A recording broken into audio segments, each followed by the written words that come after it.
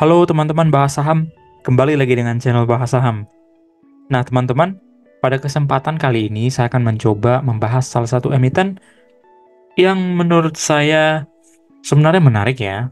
Karena nanti ada beberapa hal yang membuat emiten ini menarik, tapi ada satu hal concern saya yang melihat bahwasanya dalam waktu periode short term ya, mungkin ya teman-teman, sebaiknya menunggu saja, wait and see untuk emiten ini, yaitu emiten pegas, perusahaan gas negara ya. Nah, seperti biasa saya akan mencoba mengulik sedikit mengenai technical emiten ini, dan tentunya nanti sebagai dasar saya untuk melihat apakah dalam waktu beberapa periode ke depan apakah emiten ini akan naik atau akan turun gitu ya. Saya akan mencoba mengcombine dengan data-data dari laporan keuangannya atau fundamentalnya gitu ya teman-teman. Nah, jadi langsung saja untuk yang pertama secara teknikal dari emiten pegas ini ya teman-teman. Nah, di sini saya mengambil grafik secara monthly ya, secara bulan dulu ya, teman. Nah, kalau saya lihat hal yang menarik yang pertama adalah di sini terlihat adanya pattern head and shoulder, teman-teman. Nah, apakah teman-teman menyadari di sini ya, teman-temannya? Saya coba lihat di sini ya. Kenapa saya katakan pattern head and shoulders gitu ya? Di sini saya mencoba membuat grafik head and shoulder-nya gitu, biar kita sama-sama melihat ya, teman-teman. Head and shoulders. Nah, di mana pola pattern head and shoulders itu? Di sini saya coba tarik ya, left shoulder-nya di sini sampai dengan titik kurang lebih di 1800. Di sini terjadi head-nya kembali di sini, dan kalau kita lihat ya di sini ya, sampai dengan angka kurang lebih di right shoulder-nya di sini, dan kurang lebih menyamai dengan left shoulder gitu ya. Nah, di sini terlihat jelas ya teman-teman, terjadi pola atau pattern left shoulder dan right shoulder atau head and shoulders gitu ya. Dan kalau memang ini terjadi, kalau menurut saya pribadi sih teman-teman, prediksi untuk emiten ini bisa jadi emitennya akan turun ya, menuju ke harga di kurang lebih di sini teman-teman. Saya coba tarik garis horizontal ya. Kalau menurut prediksi saya sih kurang lebih di angka 1000 ya teman-teman ya di sini ya. Saya bukan menakut-nakuti ya teman-teman, tapi saya melihat secara teknikal sih kemungkinan besar bisa menuju ke sana gitu ya. Karena tadi ada pola left and right shoulder ini atau head and shoulders gitu ya. Kecuali pola head and shoulders ini dia terbalik. Artinya di sini ada left shouldersnya ke bawah, head-nya itu lebih rendah lagi, dan right shoulder-nya terjadi, kemungkinan besar itu akan naik gitu ya. Tapi ini adalah pola reversal dari head and shoulders pada umumnya, dan ini merupakan pertanda bearish ya teman-teman. Itu secara teknikal. Nah, kemudian saya akan coba menarik garis ya secara teknikal yang lainnya untuk melihat apakah memang emiten ini penurunan atau mengalami peningkatan gitu ya teman-teman. Nah, memang di sini saya coba masih garis monthly ya. Di sini saya melihat ada yang bisa kita jadikan titik support ya. Kurang lebih di angka 1500 teman-teman. Karena di tahun 2006 itu sudah lama ya teman-teman ya. Tahun 2006 saya coba di sini buat tandanya. Tahun 2006 dia pernah menjadi titik support ya. Kemudian di ya kurang lebih di tahun 2008 juga teman-teman. Di sini ini juga menjadi titik support, dan terjadi dua kali ya titik support di angka 1500 di tahun 2017 dan juga di tahun 2018. Sini ya teman-teman. Dan satu lagi di sini. Yang artinya apa? Sebenarnya secara periode long term ya, angka 1500 ini memang bisa juga kita katakan sebagai titik support ya teman-teman, titik support kuat, karena dia sudah pernah memantul sebanyak 4 kali di harga yang sama ya, kurang lebih di angka 1500 kalau kita tarik grafik secara bulanan. Nah teman-teman, untuk harga sekarang pada saat saya membuat video ini kurang lebih di angka 1500-an ya teman-teman, atau lebih tepatnya di angka 1495. Apakah memang ini menjadi titik support kuat gitu ya teman-teman. Ya logikanya seperti itu ya, karena dia pernah menjadi titik support atau titik pemantulan harga di tahun 2007, 2008, 2017 dan juga 2018.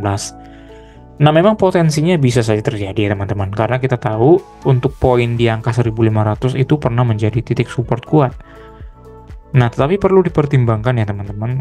Ya wait and see sih menurut saya, karena ya bisa saja memang dia sudah pernah menjadi titik support kuat di periode-periode terdahulu, tapi dengan dibuktikan adanya pattern head and shoulders ini, ya membuat ke tingkat kepercayaan saya untuk menjadi titik support ini ya bisa saja jebol ya teman-teman ya. Karena tadi adanya pola head and shoulders ini dan dibarengi dengan volume yang cukup kecil ya di sini ya, bisa saja memang turun ya teman-teman. Jadi patut diwaspadai saja sih ya. Nah, kemudian kita coba tarik garis atau chart secara weekly ya teman-teman. Nah, di sini sebenarnya sama saja ya teman-teman. Semakin jelas sih sebenarnya kalau misalnya grafik weekly lebih detail per periodenya gitu ya. Dan memang di sini terkonfirmasi seperti tadi yang saya katakan di 2018 dan juga 2017, angka 1500 itu memang real menjadi titik support kuat ya. Tapi kalau memang kita hanya berpatokan ke angka 1500, buktinya di sini di tahun 2020 memang pada saat pandemi ya teman-teman, dia tidak bisa bertahan ya dan jebol memang sampai menuju ke angka di kurang lebih di angka 900-an atau 600 gitu ya.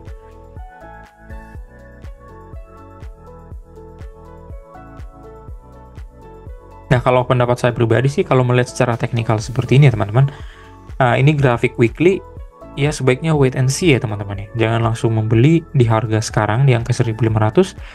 Kemungkinan besar dia akan mengikuti grafik right shoulders untuk finishingnya gitu ya, yaitu di angka 1000-an.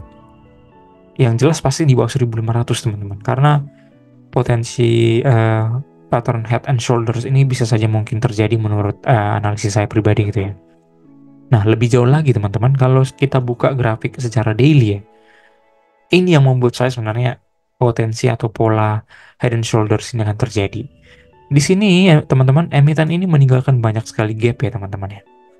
Kalau kita perbesar lagi grafiknya secara daily, di periode 2024 ya, bulan April di sini ya teman-teman ya, atau akhir April menuju Mei, dia mengalami yang namanya gap up teman-teman. Nah, di sini nih. Ini yang membuat saya memang yakin sepertinya akan terjadi yang namanya penurunan harga menuju ke sini ya teman-teman ya. Atau kalau memang dia tidak terjadi seperti tadi menuju right and shoulders-nya untuk fulfill right and shoulders gitu ya, kemungkinan besar dia akan menuju ke angka, sebentar teman-teman, kita akan coba menarik garis horizontal ya, apakah memang terkonfirmasi. Dan seperti memang iya sih teman-teman ya, dia kemungkinan besar akan menuju ke titik support di sini nih teman-teman, di angka 1300 dah. Karena beberapa periode sebelumnya juga angka 1300 ini pernah menjadi titik support ya. Kalau kita buka lebih detail lagi ya di sini, di tahun 2021, kemudian di tahun 2022 maksud saya, di sini juga terjadi angka 1300 ini menjadi titik support dan sekali lagi terkonfirmasi di tahun 2023 bulan Mei. Nah, ini yang saya katakan teman-teman, dan memang kalau kita lihat jelas begitu dia menyentuh angka 1300 ini juga di periode bulan Mei ya tahun 2024 dia mengalami yang namanya gap up gitu ya. Nah, kalau saya melihat ya, prediksi saya pribadi sih teman-teman, mungkin boleh dijadikan referensi saja ya, tapi jangan langsung meyakini gitu ya teman-teman. Teman-teman juga harus mencoba untuk menganalisis menurut pendapat teman-teman gitu ya.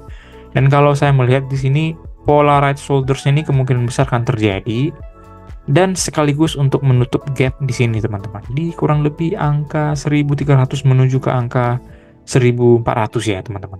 Jadi kalau menurut saya tadi ada dua kemungkinan. Yang jelas ini adalah pola bearish ya. Yang pertama, dia akan fulfill right shoulders ini, yaitu dia tentunya akan menuju ke angka 1100 atau di range harga 1000 ke angka 1100 gitu ya. Dan yang kedua, kalau memang dia tidak sanggup menuju ke angka 1000 itu, atau tidak ditahan ya, dia ditahan menuju ke angka sana maksud saya, dia akan menuju ke angka di 1300 teman-teman. Nah kalau saya coba buat di sini ya, sign-nya ya. Nah, kemungkinan besar dia akan menuju ke sini. Di kurang lebih angka 1300 sekaligus untuk menutup gap yang di sini ya. Dan kalau memang jebol lagi, ya saya rasa sih titik supportnya ini berada di angka kurang lebih di atas 1000 menuju ke angka 1100. Nah ternyata satu lagi teman-teman, saya juga baru ngeh, kalau kita perbesar lagi grafiknya ya, kita buat lebih detail lagi, di sini juga terjadi gap ya teman-teman. Ya kalau menurut saya sih gap ini tidak harus selalu ditutup ya, tapi banyak case-case di emiten atau saham apapun itu sepertinya akan terjadi penutupan gap terlebih dahulu ya, dan ini perlu diwaspadai teman-teman.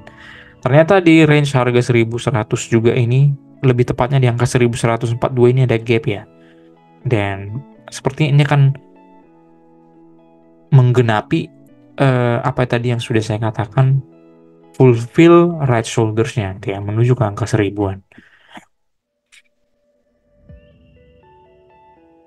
Jadi secara teknikal sih kesimpulan saya emiten ini kemungkinan besar akan menurun ya, secara pergerakan harga sahamnya gitu teman-teman. Karena ya secara teknikal sih banyak faktor-faktor yang memang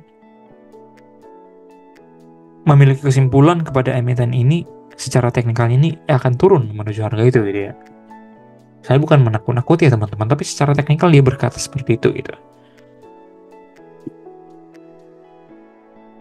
Nah mungkin kita tidak boleh ya menelan bulat-bulat analisis teknikal gitu ya, karena bagaimanapun untuk analisis teknikal ini ya faktor utamanya sih minat, permintaan, dan penawaran gitu ya. Ya bisa saja besok atau misalnya di hari Selasa minggu depan, begitu pasar dibuka banyak permintaan akan emiten ini karena memang misalnya ada aksi korporasi atau hal lain gitu ya.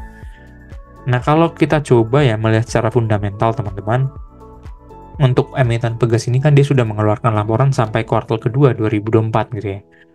Nah, hal menariknya teman-teman, untuk kuartal kedua emiten ini cukup bagus ternyata teman-teman. Ini terlihat dari pencapaian sampai dengan kuartal kedua, dia sudah mencatatkan angka 3 triliun dalam rupiah gitu ya. Dan kalau kita setahunkan, nilai earning per share emiten ini dari tahun 2018 sampai dengan tahun 2024, justru di tahun 2024 inilah dia memiliki earning per share lebih tinggi ya. Di sini terlihat jelas ya teman-teman, di tahun 2018 dia hanya mencapai angka EPS di angka 176, bahkan di tahun 2020 minus ya. Dan di tahun 2022 memang mencapai angka 200-an, tapi lebih fantastis teman-teman di tahun 2024 ini.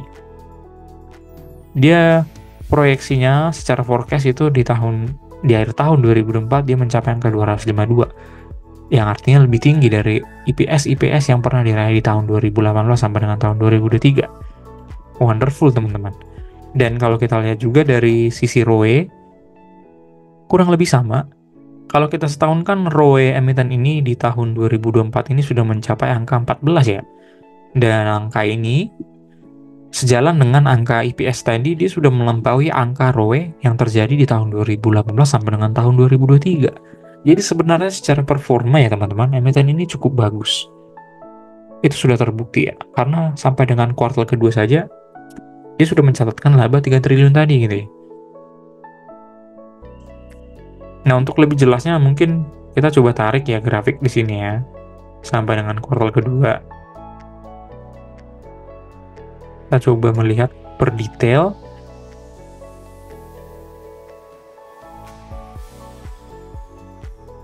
Nah ini yang saya katakan tadi ya teman-teman, untuk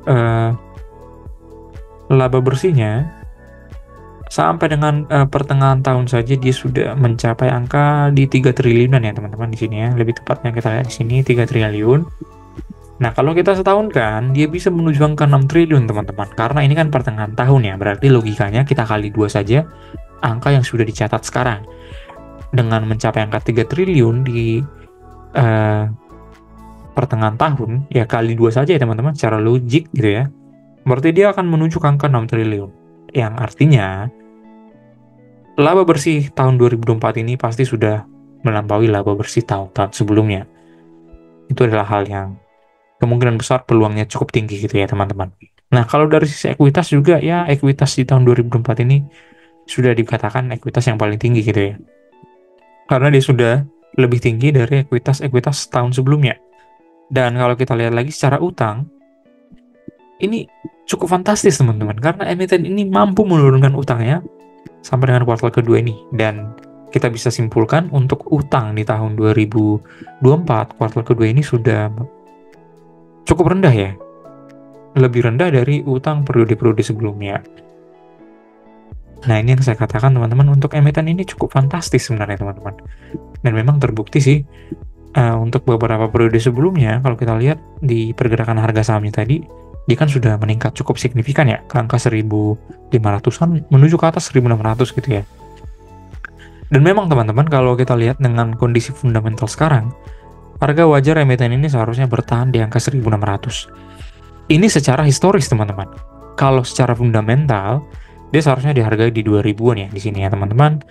Dan potensi dari harga sekarang di angka 1495, dia akan mencapai kurang lebih angka 44% atau half bagger ya. Dan kalau kita kembali ke teknikal tadi teman-teman, ya memang kalau menurut saya sih secara short term bisa saja terjadi head and shoulders tadi ya, bearish.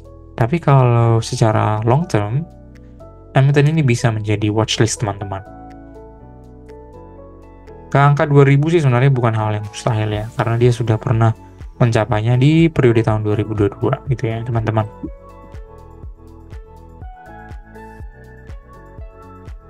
Kesimpulan saya sih teman-teman, untuk emiten ini sebaiknya wait and see aja dulu. Kemungkinan besar untuk pergerakan menuju bearishnya ini akan terpenuhi ya teman-teman, akan digenapi menuju ke angka kurang lebih menurut saya di angka 1.300 atau bahkan lebih rendah bisa jadi ya teman-teman, karena tadi ada gap di bawah ya. Tapi untuk secara long term, saya yakin si emiten ini secara kinerja juga sudah semakin baik ya tadi ya. Terlihat di fundamental atau laporan keuangan sampai dengan kuartal kedua, dia sudah mencatatkan laba bersih yang jauh melampaui ya teman-teman dari periode-periode sebelumnya. Baik, mungkin sekian pembahasan mengenai emiten Pegas. Kalau teman-teman punya ide atau komentar mengenai emiten ini, boleh disampaikan di komentar ya teman-teman. Dan saya juga pengen tahu bagaimana tanggapan teman-teman. Kita saling belajar ya teman-teman, untuk melihat apakah ada potensi di beberapa saham, terutama di saham Pegas. Boleh klik like dan subscribe untuk kemajuan channel ini teman-teman, dan mendukung keinginan kita untuk bisa berinvestasi bersama di Bursa Efek Indonesia dan di pasar modal gitu ya. Terima kasih.